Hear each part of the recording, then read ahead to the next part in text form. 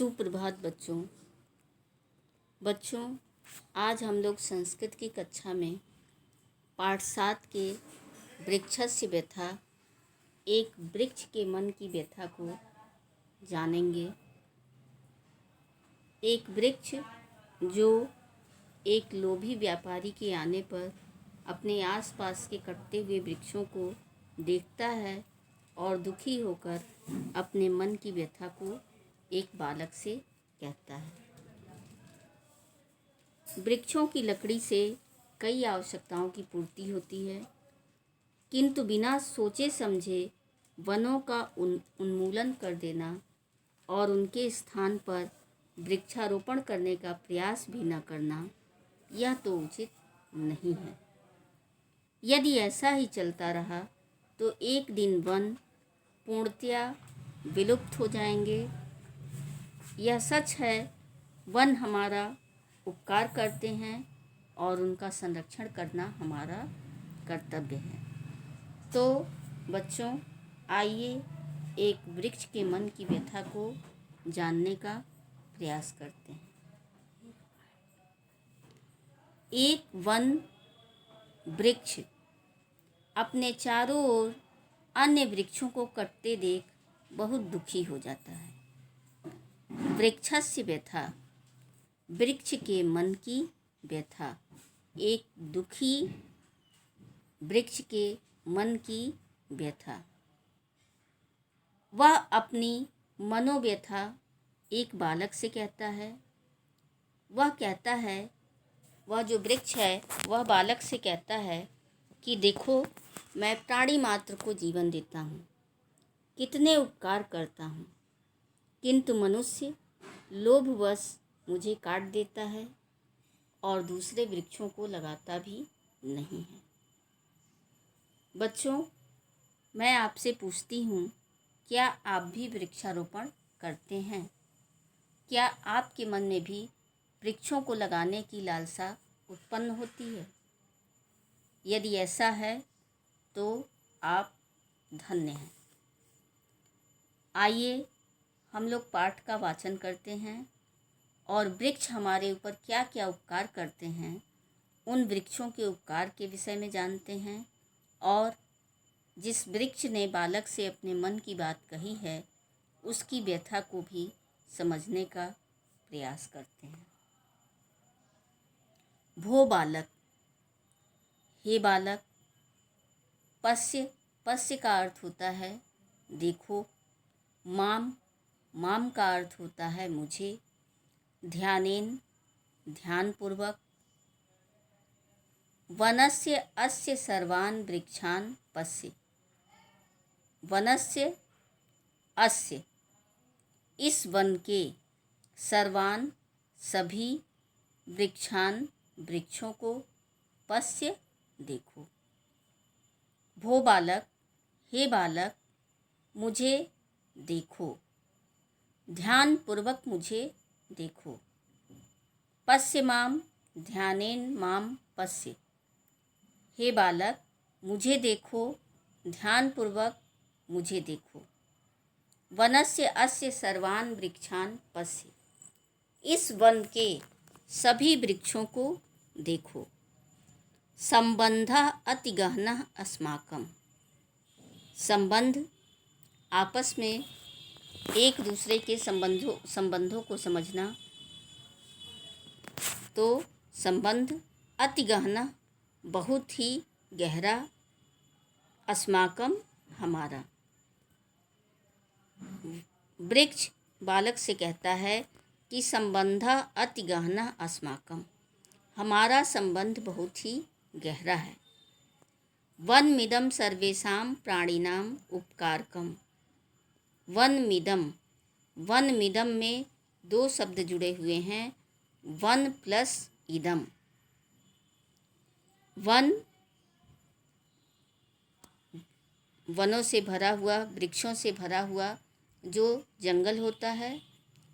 इदम, यह, सर्वेषां, सभी का, प्राणिनाम, प्राणियों का, उपकारकम, उपकार करता है। वनमिदं सर्वेषां प्राणिनां उपकारकम, यह वन सभी लोगों का, सभी प्राणियों का उपकार करता है। मम काष्ठेन निर्मितानि। मम मेरी, काष्ठेन काष्ठ मतलब लकड़ी, निर्मितानि बने हुए हैं। मम काष्ठेन निर्मितानि मेरी लकड़ी से बने हुए हैं। क्या क्या बने हुए हैं? काष्ठ फलकानि लकड़ी की मेज़ें, आसंदिका कुर्सियाँ, कपाटा दरवाजे, वातायनानि खिड़कियाँ, कलमो अपि ते और तुम्हारी कलमें भी। तो वृक्ष बालक से कहता है कि हे बालक, मुझे देखो, ध्यानपूर्वक देखो। यह वन, इस वन में जो सभी वृक्ष हैं उन्हें भी ध्यान से देखो। हमारा संबंध बहुत ही गहरा है और यह जो वन है वह सभी प्राणियों के लिए उपकारी होता है, सभी प्राणियों का उपकार करता है। मेरी लकड़ी से ही बने हुए हैं ये लकड़ी की मेज़ें, कुर्सियाँ, दरवाजे, खिड़कियाँ और तुम्हारी कलमें भी। पृच्छताम अध्यापिका। पृच्छ का अर्थ होता है पूछना, अध्यापिका शिक्षिका। सा ते कथिष्यति। सा वह, ते तुम्हें, कथिष्यति बताएंगी या कहना, ते वे। पृच्छताम अध्यापिका सा ते कथिष्यति। अपनी अध्यापिका से पूछो, वह तुम्हें बताएंगी। वर्षामहम करोमि। मैं ही, करोमि करता हूँ, जलप्लावम बाढ़, चापि और भी, निवारयामि निवारण करता हूँ, रोकता हूँ, अनावृष्टिम सूखा, अपसारयामि दूर करता हूँ। वर्षामहम करोमि वर्षा भी मैं ही करता हूँ, बाढ़ को भी मैं ही रोकता हूँ, अनावृष्टि सूखा को भी दूर करने का प्रयास करता हूँ। संपूर्णमिदं वनं सर्वान् उपकरोति। संपूर्णमिदं, संपूर्ण प्लस इदम, संपूर्ण मतलब पूरा, इदम यह, वनम वन, सर्वान सभी का, उपकरोति उपकार करता है। संपूर्णमिदं वनं सर्वान् उपकरोति। यह वन, यह जो संपूर्ण वन है वह सभी का उपकार करता है। सुखम कियत सर्वेभ्य आहरति। सुखम सुख, कियत कितना, सर्वेभ्य सभी लोगों के लिए, आहरति लाता है, सभी लोगों के जीवन में कितना सुख लाता है। तो वृक्ष आगे कहता है कि हे बालक, अपनी अध्यापिका से पूछो, वह तुम्हें बताएंगी कि वर्षा भी मैं ही करता हूँ, बाढ़ को भी मैं ही रोकता हूँ, सूखा भी दूर करने का प्रयास करता हूँ। तो इस प्रकार यह जो संपूर्ण वन है सभी लोगों के लिए उपकार ही करता है और कितना सुख सभी लोगों के जीवन में लाता है। किंतु लोभाभिभूतः नरः कृन्तति अविचार्य हि वृक्षान् तत्स्थाने नहि रोपयति अन्यान्। किंतु परंतु लोभाभिभूतः लोभ से ग्रस्त, नरः मनुष्य, कृन्तति काटता है, अविचार्य बिना विचार किए ही, वृक्षान वृक्षों को। किंतु लोभ से ग्रस्त मनुष्य बिना विचार किए ही वृक्षों को काट डालता है। तत्स्थाने नहीं रोपयति अन्यान, और उस स्थान पर रोपयति रोपण करना, किसी अन्य वृक्ष का रोपण भी नहीं करता है, कोई अन्य वृक्ष भी नहीं लगाता है। किंतु लोभाभिभूता नरः कृन्तति अविचार्य ही वृक्षान् तत्स्थाने नहि रोपयति अन्यान। तो वृक्ष कहता है कि मैं सभी के जीवन में इतना उपकार करता हूँ, सभी के जीवन में इतने सुख लाता हूँ, लेकिन लोभ से ग्रस्त मनुष्य बिना सोचे समझे ही वृक्षों को काट डालता है और उस स्थान पर किसी अन्य वृक्ष का रोपण भी नहीं करता है, कोई अन्य वृक्ष भी नहीं लगाता है। आगे देखिए, वृक्ष कहता है निवारय निवारय लोभिनम तम कर्तनात् अस्मात् अचिरेण विरम, अन्यथा एकस्मिन् दिने वनमिदं विलुप्तं भविष्यति केवलं निर्जीव स्कंधानां अवशेषाः एव स्थास्यन्ति। तो पेड़ कहता है निवारय निवारय, निवारय का अर्थ होता है रोको। लोभिनम, उस लोभी मनुष्य को कहा है, तम, उसे, कर्तनात्, कटाई, अचिरेण, जल्दी ही, विरम, रुको, अन्यथा एकस्मिन् दिने, एक दिन, वनमिदं विलुप्तं भविष्यति। वन प्लस इदम, यह वन विलुप्त, गायब होना, भविष्यति, हो जाएगा। निवारय निवारय लोभिनम तम, वृक्ष बालक से कहता है कि रोको रोको उस लोभी मनुष्य को जो इस बिना सोचे समझे इस वन के वृक्षों को काटता जा रहा है।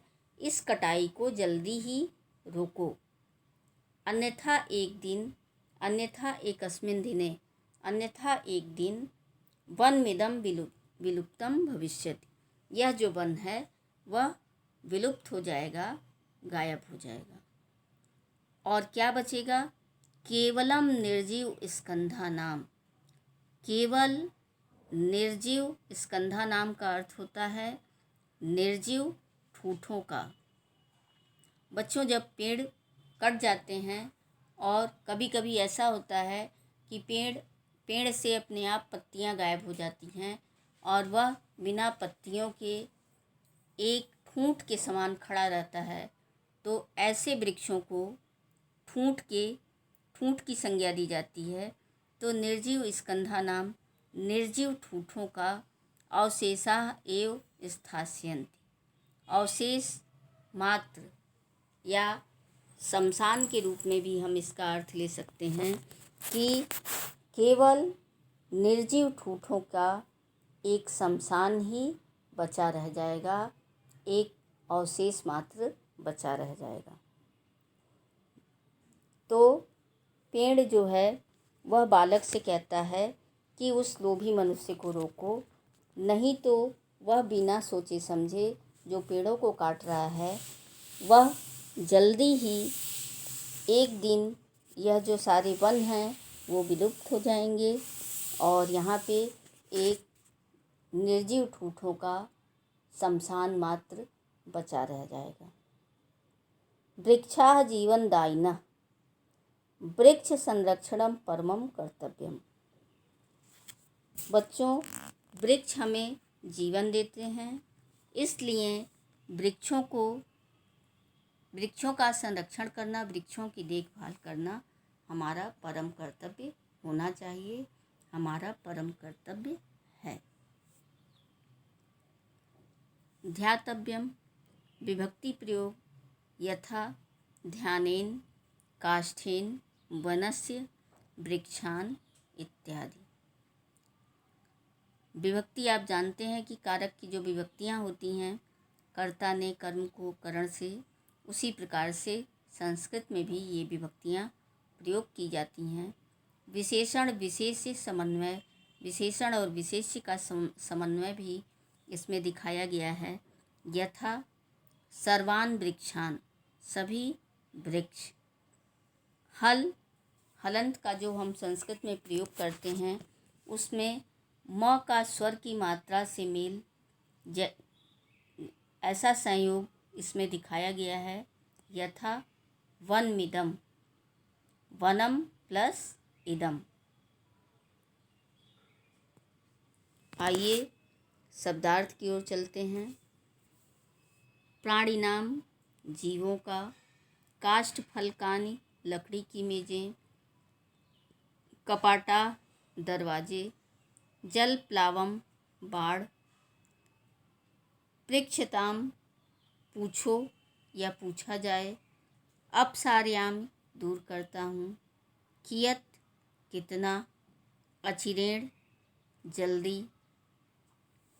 निर्जीव स्कंधानाम, निर्जीव ठूठों का। कर्तनात्, काटने से। अनावृष्टिम, सूखा। आहरत, लाता है। निवारय, रोको। विरम, रुको। अविचारे, बिना सोचे। यहाँ पे आपकी कुछ संधियाँ आपके पाठ में दी हुई हैं, जैसे वातायनानि, वात प्लस अयनानि। कलमो अपि, कलमः प्लस अपि। जलप्लावम, जल प्लस आप्लावम। लोभाभिभूतः, लोभ प्लस अभिभूतः।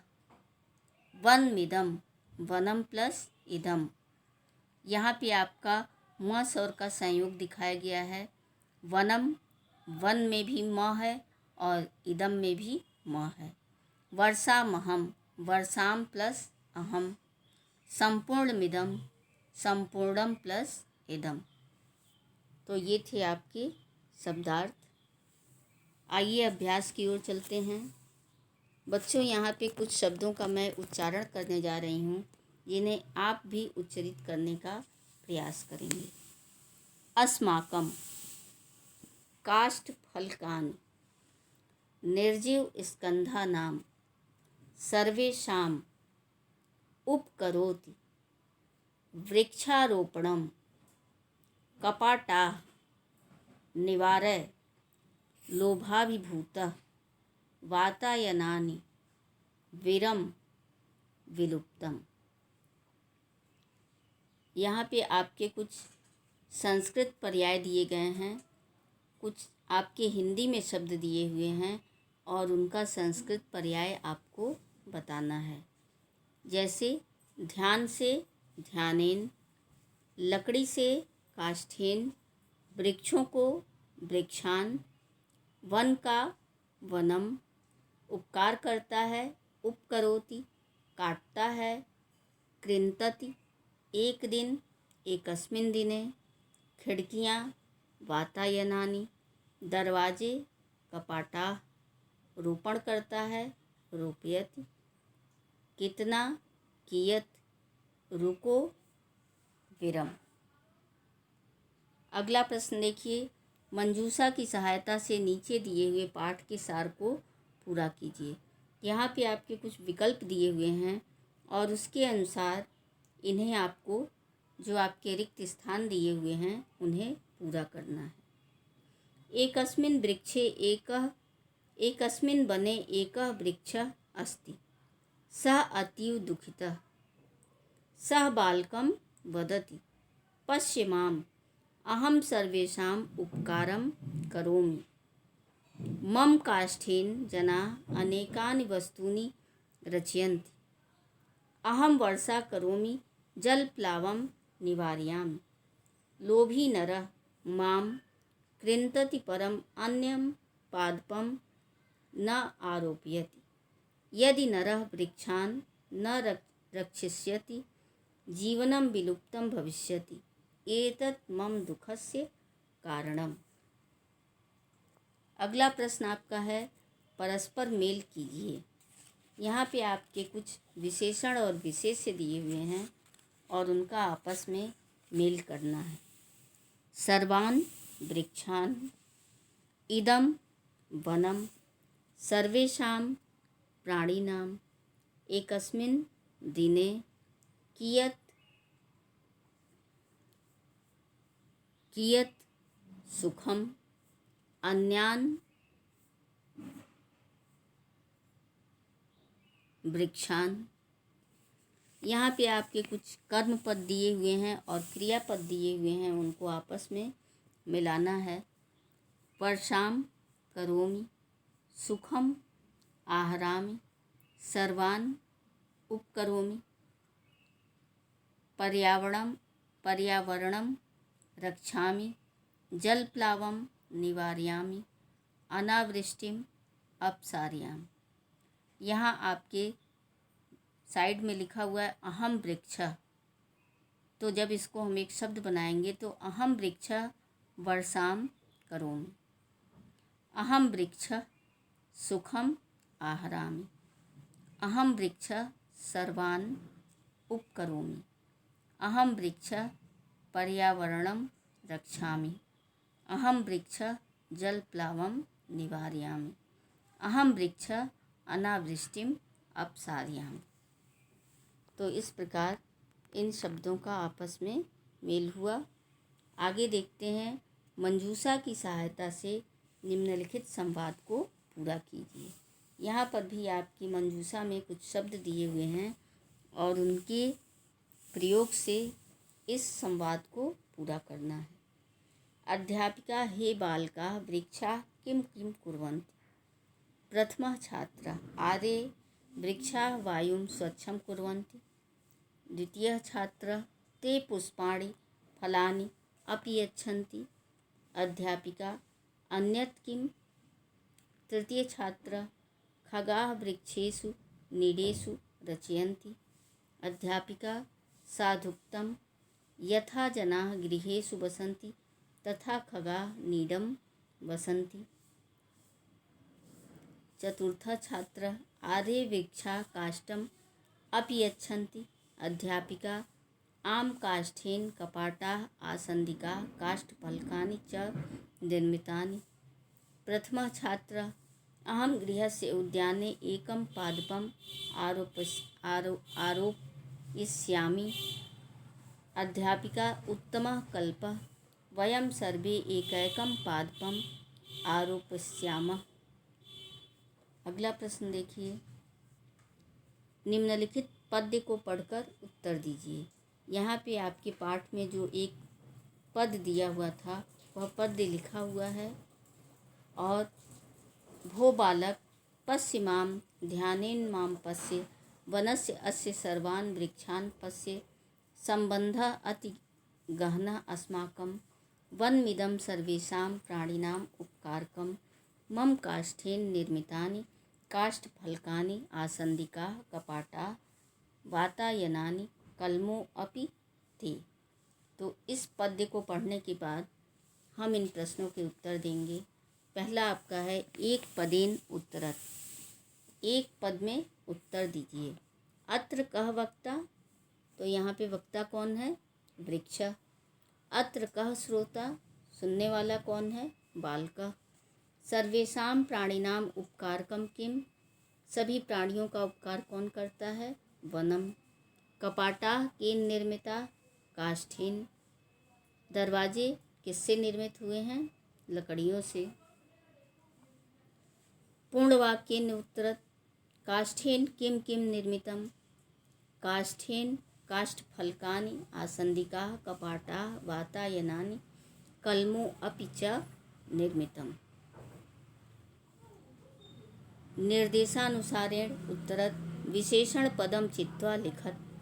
यहाँ पे आपका शब्द लिखा हुआ है वनम, तो सर्वान वनम या संपूर्ण विधम वनम। सर्वेषां प्राणिनाम, यहाँ पे पर्याय लिखना है, पर्यायम लिखत जीव जंतुनाम पशुनाम। विपर्यायम लिखत उसका विपरीतार्थक लिखना है, अनुपकारकम उपकारकम। पश्य माम ध्यानेन माम पश्य, सर्वनाम स्थाने संज्ञा पदम प्रयुज्य वाक्यम पुनः लिखत। यह जो आपका शब्द लिखा हुआ है उस माम के स्थान पर संज्ञा पद का प्रयोग करना है। तो पश्य वृक्षम, ध्यानेन वृक्षम पश्य। तो इस प्रकार आपका यह जो पाठ है वह पूरा हुआ। और बच्चों, आप इस पाठ को पुनः अध्ययन करेंगे और पिछले पढ़े गए पाठों को भी दोहराएंगे और साथ में सभी पाठों के शब्दार्थों को याद करने का प्रयास करेंगे। तो इस प्रकार मैं आशा करती हूँ कि आपको पाठ अच्छे से समझ में आया होगा। यदि आपको कोई दुविधा होगी तो उससे हम आगे के पाठों में अध्ययन करेंगे। धन्यवाद।